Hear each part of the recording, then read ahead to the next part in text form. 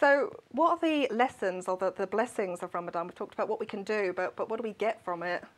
I think for me, it's building and getting closeness to Allah and therefore taqwa of Allah subhanahu wa ta'ala.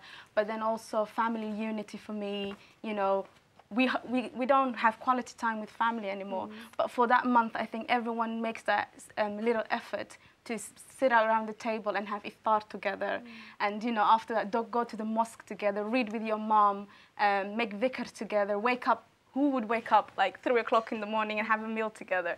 I mean, it's just a month where you feel so much blessings in it that when it finally comes, it goes so quickly. That's true. It does go so quickly, doesn't it? But I think it's also about, I mean, again, I'm talking about my personal experiences. You know, I'd like to highlight here that I did an iftar for a charity, and when we were organising this charitable event, you know, we were thinking about, you know, all the other people that are doing events, you know, and I'd previously been to an event by a big organisation, and this organisation, you know, they had a footage about orphans, and it was really, you know, really touching. You know, we all cried and everything, and then they served the food, and when they served the food, you know, people were throwing away whole plates. And it was like, you know, the essence was lost. There's so much food. Yeah. Exactly. So when we actually organised our own event, we organised it so that we had iftar with an orphan, and we packed the food as if, you know, you were an orphan. What you would have, you know, you'd have a little wing and then maybe a bit of noodles and a little bit of rice. And, you know, people were able to listen to the talks, get the benefit, but then actually feel.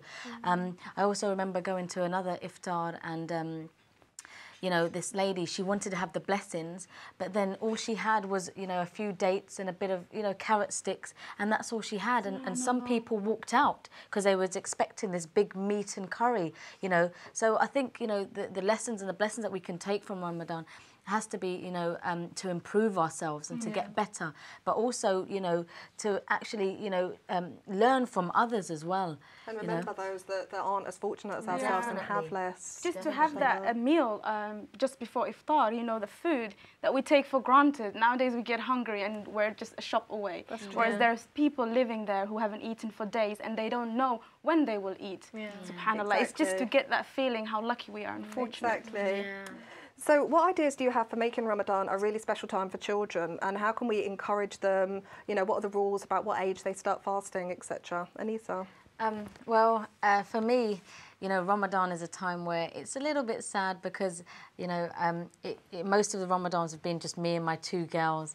And so I have to really, you know, go over the top to make it special for them so they don't feel left out. But what we do is we do like charity fundraisers in an iftar, and we'll invite somebody down, and, you know, they'll do a talk, and then we'll give the kids tasks to do and let them go away and raise money, you know, and then come back together. And, you know, subhanAllah, it really gives them that sense of feeling like Ramadan is special. It's about good deeds, you know. And then I'll also give them other tasks to go and, you know, clean up for the neighbours and to do things. So, you know, it's not just about the food aspect all the time. It's actually, you know, thinking, you know, of others. I remember back home when I was younger, and then my mum would say, okay, because it's very hot there, for you, as a child fasting there, it's practically impossible if you're a child because you get too thirsty. So we'd fast half day, or we'd pretended that we fasted all day, and then we know we didn't.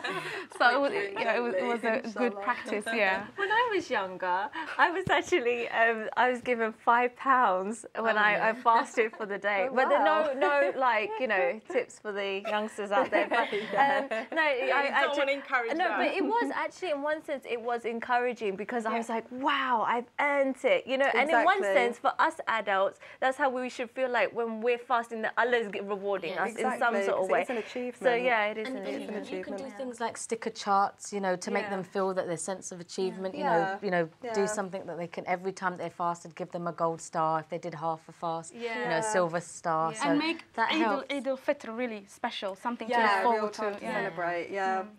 So we've talked a little bit, we've touched upon the sort of pre-dawn meal, the suhoor meal. So what are the benefits of this, and why do we do this, Habiba? Honestly, I find it really hard to eat. Me too. I'm not a morning person and don't have breakfast. So, but I do get up and I do make the effort to have something, even if it's yogurt or cereal or just a cup of drink, because there's so much blessings in it, and Allah subhanahu wa ta'ala and the angels have blessed those who observe this. So for that reason, I do get up, and I think I do need my cup of coffee in the morning, so I'll have that second time. Yes, I do. Caffeine, yeah, that's a great way of starting your day. No, because for me, like, everything is for the sake of Allah. You know, you eat for the sake of Allah in the morning, you leave your drink and your food for the sake of Allah, and then you eat again for the sake of Allah. And so, you know, eating something just keeps you going, and you're knowing everything for that month is for the sake of Allah. And actually, it becomes easier when you're doing it for the sake of Allah. It's like your mind, you know, you're so concentrating to please Allah, and you can feel that life is just easier. Exactly, exactly. Sorry. Well, that's a really great discussion. Thanks, sisters. Ramadan is a time abundant in blessings and lessons, and I hope we will continue to educate ourselves and to make the most of this time. The Prophet, peace be upon him, said, Allah said, all the deeds of Adam's children, all mankind, they do for themselves, except fasting. Fasting belongs to me, and I will reward for it. Fasting is a shield against the hellfire and against the committing of sins. If one of you happens to be fasting, and he should avoid sexual relations with his wife, and he should avoid quarrelling. Should somebody fight or quarrel with him, let him say, I am fasting. By him in whose hands is my soul, Allah, the smell of the mouth of one who is fasting is better than in the sight of Allah than musk perfume. SubhanAllah, I love that hadith. Well, if that wasn't inspiration, then I don't know what is. I think you're overwhelmed. I know, I am. You are, aren't you?